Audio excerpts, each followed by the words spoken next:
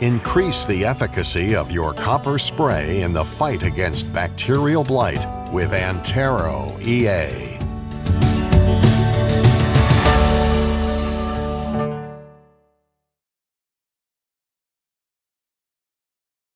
Hello, I'm Matthew Malcolm with Pacific Nut Producer Magazine, reporting to you from Millersburg, Oregon. I'm here with Paul Kuehne, a hazelnut grower, and well, he does a lot of other things as well in the industry. So if you haven't met him, be sure to talk to him sometime.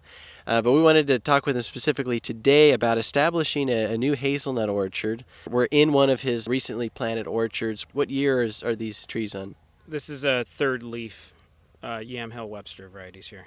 Great. So up to this point, retrospect, looking at some of the challenges and tasks in order to get, quick production and get things going, what are some tips and advice you'd offer to some people that are getting into the industry? Well, I would definitely recommend irrigation if you have access to it. It helps establishment and gets the trees into higher production quicker. If you don't, then definitely put down a sawdust mulch at the base of the trees on dry land fields and do that early April before we get too many long sunny days where it starts to dry down the soil. That can really make a large difference in the dry land field establishment. Keeping mice out. Mice can get in these trees and eat the bark, and we like to use tree covers to protect against chemicals, and also if there is a mishap, you have some suckers underneath that cover that have survived that you can use to make your new tree. So what kind of applications have you made within the first few years to, prevent pests and disease issues and kind of keep the weeds down? Right. As far as specific products, I don't know that stuff off the top of my head, but I would say, definitely a copper spray in the fall for bacterial blight. Definitely pre-emergent in the strips. Out in this farm, we're growing grass seed in between the rows. So that floor gets managed separately from the trees. I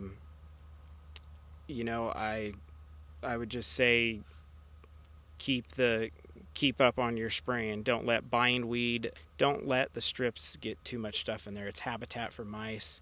It just leads to problems. So even if you don't need to spray the suckers, sometimes it's good to just go through and spray the strips again to keep that clean. Yeah, and I see some drip irrigation here. Have you had problems with bugs and little rodents and causing problems with the drip? Right. Yeah, we have some problems with that. This site, not too many, but in our North Valley sites, it seems like we have more woodland areas surrounding, and we get coyotes that will come in and bite the hoses and spring a bunch of leaks. But it's minor stuff in the big picture of what's going on. Right. I think the main point would be to really know your land, right? Know your soil. And go, from there. Yeah, there's definitely one step you definitely don't want to skip in establishing a hazelnut orchard is know your soils and drain them. Hazelnut trees do not like wet soil. The larger rooting zone you can provide, the better. And by installing that drainage, you're increasing the rooting zone by allowing more oxygen to be in there. Great. Thank you for the advice. Read more about these things in Pacific Nut Producer Magazine. I'm Matthew Malcolm, PacificNutProducer.com.